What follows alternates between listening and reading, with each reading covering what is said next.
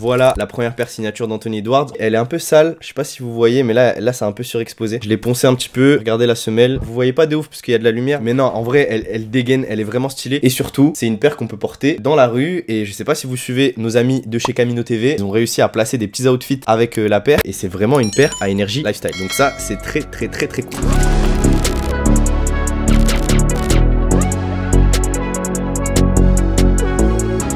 On est parti pour se débriefer le test de la Adidas Anthony Edwards 1. Le premier point fort, et ça on peut en parler directement, et ben c'est le prix. C'est une paire qui est vendue à 120 $, les amis, 120 €. C'est juste incroyable. Encore une fois, je dis bien incroyable parce que sur les 2-3 derniers tests, on s'est parlé de paires qui étaient à 150 €. La D-Book One à 200 balles, la GG Cut. Et là on arrive avec une paire qui est qualitative, qui visuellement plaît et qui est proposée à 120 €. Du coup c'est trop bien. Ce qui est un peu dommage, c'est que les paires sont globalement sold out. Et donc pour racheter la paire, elle va coûter un petit peu plus cher. Mais si demain ils arrivent à faire des coloris qui sont dispo à tout le monde, c'est vraiment un bon poulet. Je pense pas que la paire sera en promo et Adidas a tout intérêt à ce que la paire ne soit jamais en promo parce que du coup c'est aussi nourrir un peu la hype autour du produit. Mais globalement cette Anthony Edwards 1, elle a un prix qui est très abordable et pour moi c'est le plus gros point fort de la paire, sachant que elle est faite en matériaux qui sont quand même assez qualitatifs. Vous voyez, regardez la paire, c'est pas mal hein. Il n'y a pas trop de traces de colle, les empiècements sont plutôt cool. Bon là j'ai sali un petit peu l'empiècement en Suède, mais c'est logique hein, à un moment donné quand tu joues avec la paire. Pareil au niveau de la semelle qui s'est un petit peu abîmée, mais en vrai ça va. Et globalement visuellement pour ça, 120 balles, moi j'achète, comme ça c'est dit. C'est important aussi à souligner parce qu'on se rend pas compte que le prix c'est quand même un gros aspect, surtout pour les plus jeunes. On peut pas toujours s'acheter des paires comme ça, c'est difficile un peu de se dire ouais je vais sortir 170 balles, ou c'est soit mes parents qui achètent ou soit c'est moi qui vais sortir 200 balles de ma poche. En vrai c'est dur hein. Tu payes déjà ta licence, je sais pas, 120-150 € la licence, en plus tu t'achètes une paire, si t'es passionné que tu veux en acheter plusieurs, c'est cuit.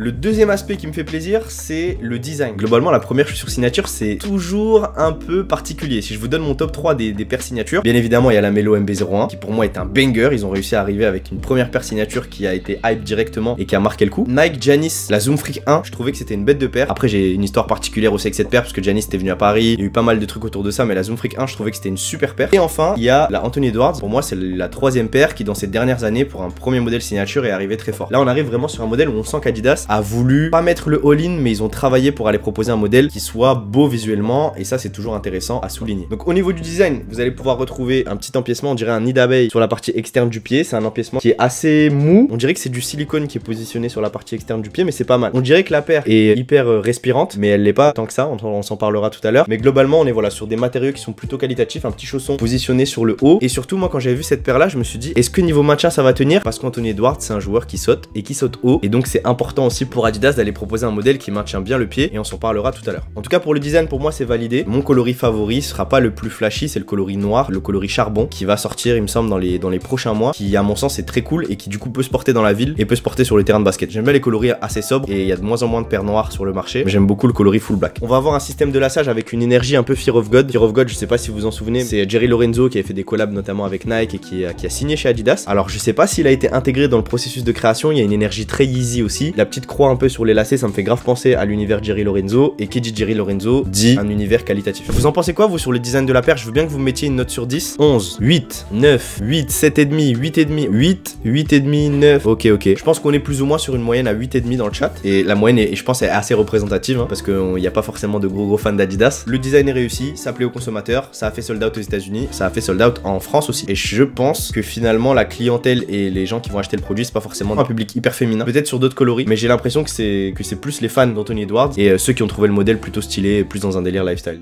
Je vous propose maintenant qu'on passe au deuxième point fort, et bien évidemment on est chez Adidas, on a un amorti boost dont on se parlera après, c'est le confort. La paire qui d'extérieur paraît assez tight, assez serrée, là on a vraiment un chausson qui va être assez malléable et vous allez pouvoir rentrer votre pied assez facilement dans le produit, c'est à dire que là en vrai ça rentre plutôt facilement, et encore là j'ai pas desserré à fond les lacets, je peux enlever le dernier passant juste ici pour pouvoir mettre le pied, mais en vrai on peut rentrer son pied tranquillement dans la paire, zéro souci, tout va bien, et ça c'est cool. Une fois qu'on a son pied à l'intérieur, on est directement dans un truc un peu moelleux, et c'est là où pour moi quand il y a du boost et que c'est moelleux, je me dis ah c'est trop bien, mais dans un autre sens je me dis ah mais ça doit être tellement rageant pour les joueurs qui veulent être maintenus et se sentir comme s'ils étaient dans une forteresse dans leurs chaussures. Et c'est là où du coup je vous dirais que cette Anthony Edwards 1 je la recommande pas pour les joueurs qui sont très costauds, qui ont des pieds super larges, qui ont besoin d'une assise de zinzin, parce que c'est une paire qui va être plutôt faite pour les joueurs qui vont être vifs, rapides, et moins dans un style de jeu où le joueur va être très porté sur le sol. On connaît tous des postes 4, des postes 5 qui sont très proches du sol, qui jouent beaucoup avec leurs appuis. Je trouve que c'est pas une paire qui sera faite pour ce style de joueur, tout simplement parce que on a une forme de la chaussure qui va être plutôt, pas voiture de course, mais qui va être plutôt fine. Et donc, on va dire à éviter pour ce style de joueur. Au niveau de la pointure, comme d'habitude, je mets du 42,5 en chaussures de ville, 43 chez Nike et 42 chez Adidas. Et je suis arrivé vraiment tout au bout. C'est-à-dire que mes pieds arrivaient tout pile au bout. J'ai des pieds qui sont assez larges et donc c'est passé. Mais globalement, prenez toujours une demi-taille en dessous de votre pointure habituelle. Et si vraiment vous avez des pieds larges de fou, prenez votre pointure habituelle, la même que vous portez sur des chaussures de ville. Ça risque d'être un peu long sur le bout. Voilà d'un point de vue confort. Comme je disais, on rentre, on a l'impression d'être un peu sur des coussinets, tout simplement parce qu'on a un amorti boost sur toute la longueur, ce qui fait que en fait vous allez vraiment sentir le fait d'être confortable sur le produit. Et ça c'est cool, surtout quand on vient de les porter pour la première fois, qu'on ressent ça. Ça nous donne confiance et ça nous donne envie d'aller plus loin.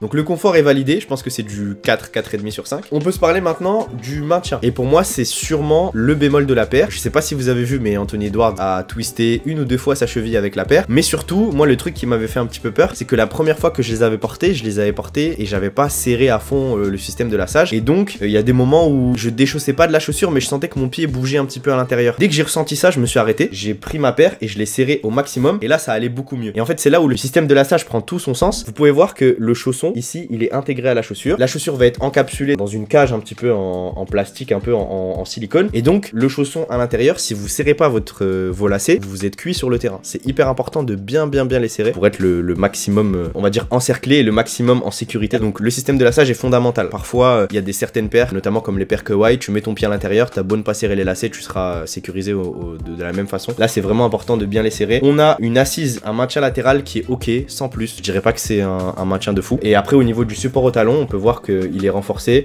On a ce qu'on pourrait appeler du carbone, mais je ne suis pas sûr que ce soit du carbone à l'arrière. Et le pied est quand même assez verrouillé. Il est verrouillé jusqu'à un certain point, puisque ici, regardez, on peut plier. Donc, il sera verrouillé à peu près juste au-dessus du tendon d'Achille. Mais globalement, le maintien pour moi, c'est moyen. Je dirais du 2,5, 3 sur 5, pas plus. Elle n'a pas été créée pour ça non plus. Je pense qu'elle a surtout été créée pour répondre aux besoins d'Anthony Edwards. En tout cas, il n'y a pas d'éléments fondamentaux qui vont venir renforcer le maintien de fou. Donc, ceux qui recherchent des forteresses, vous pourrez aller chercher d'autres modèles. Le troisième aspect, et c'est un des aspects qui est le plus important pour nous, les basketteurs, c'est l'accroche au sol et la traction que propose le modèle. Sur sol propre, pour les joueurs pros, les joueurs en centre de formation, comme d'habitude, vous allez être ravis, ça va accrocher. En revanche, une fois qu'il y a de la poussière, il va falloir passer votre main, tout simplement parce que les motifs de la semelle extérieure sont plutôt souples et donc je les déconseille fortement pour l'extérieur parce que les motifs vont venir s'user très rapidement et surtout, on a un accès sur le boost qui est en dessous. On s'en est parlé à différentes reprises. Le boost, c'est important qu'il soit encapsulé, mais qu'il puisse être entre guillemets, pas aéré, mais qu'on puisse avoir des perforations aussi pour qu'il puisse être visible par entre guillemets les consommateurs et ça c'est cool et c'est rassurant pour tout le monde. Mais globalement sur l'accroche au sol du produit, j'étais content sur sol propre et là dès que la paire s'est un peu usée, j'ai l'impression que ça accrochait de moins en moins. C'est trop difficile de vous donner des avis sur le grip parce que c'est toujours différent. Un gars qui va jouer à Poitiers sur son terrain, nettoyer tous les 30 du mois, il va pas avoir le même retour que moi qui joue à la hoops où c'est globalement toujours propre mais des fois il y a des terrains qui sont un peu plus poussiéreux que d'autres donc ça glisse un peu plus. Je dirais qu'elle l'accroche plutôt bien mais qu'il va falloir passer votre main assez régulièrement une fois que vous êtes sur un sol poussiéreux. Ça c'est comme la globalité des choses qu'on a sur le marché. Je dirais qu'elle a pas un grip